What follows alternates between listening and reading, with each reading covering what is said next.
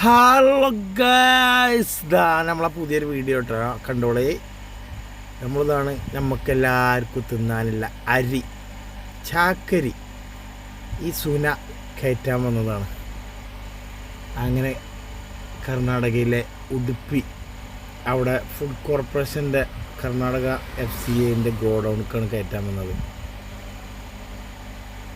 പക്ഷേ ഇവിടെ വന്നപ്പോൾ നമ്മൾ 8ൻ്റെ പണിയാണ് കിട്ടിയത്.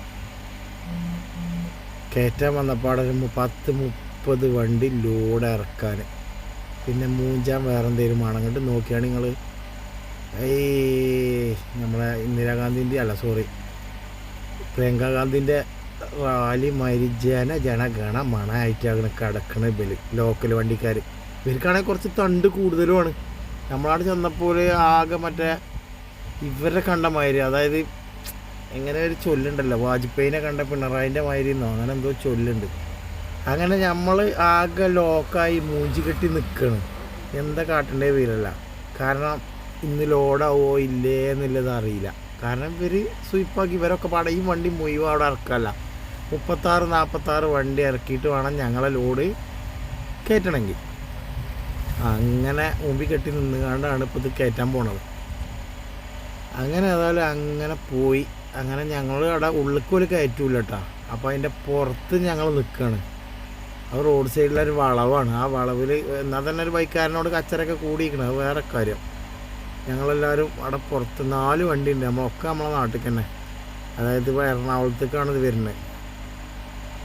എറണാകുളം കാലടി വന്നിട്ട് ആ ചാക്ക് കയറ്റി അരികൾ മുഴുവൻ ഇവിടെ കൊണ്ടുവന്നുകൊണ്ട് പല പേരിൽ കുമാർ, ശങ്കരം, ജമീല, സുന്ദരി ഇറങ്ങാണ്ട് ബ്രാൻഡ് മാറ്റിയിട്ട് ചാക്കട് മാറ്റും.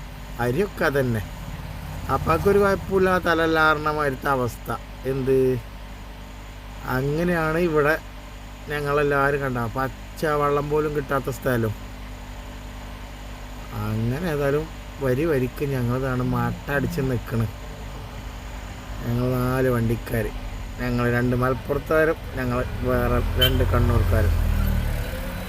അങ്ങനെ ഞങ്ങൾ അവിടെ നിന്ന് അങ്ങനെ അതിൻ്റെ ഉള്ളിൽ ഇടയ്ക്ക് ഇങ്ങനെ താമ്പ് കൊണ്ടുപോയിക്കൊണ്ടായി ഞങ്ങൾ പോയി നോക്കും എന്തെങ്കിലും അയക്കണോ. ഈ കൊണ്ടുവരുന്ന കണ്ടങ്ങൾ ഈ അരിയാണ് അവിടെ കൊണ്ടുവന്ന് കൂട്ടിക്കുന്നത്.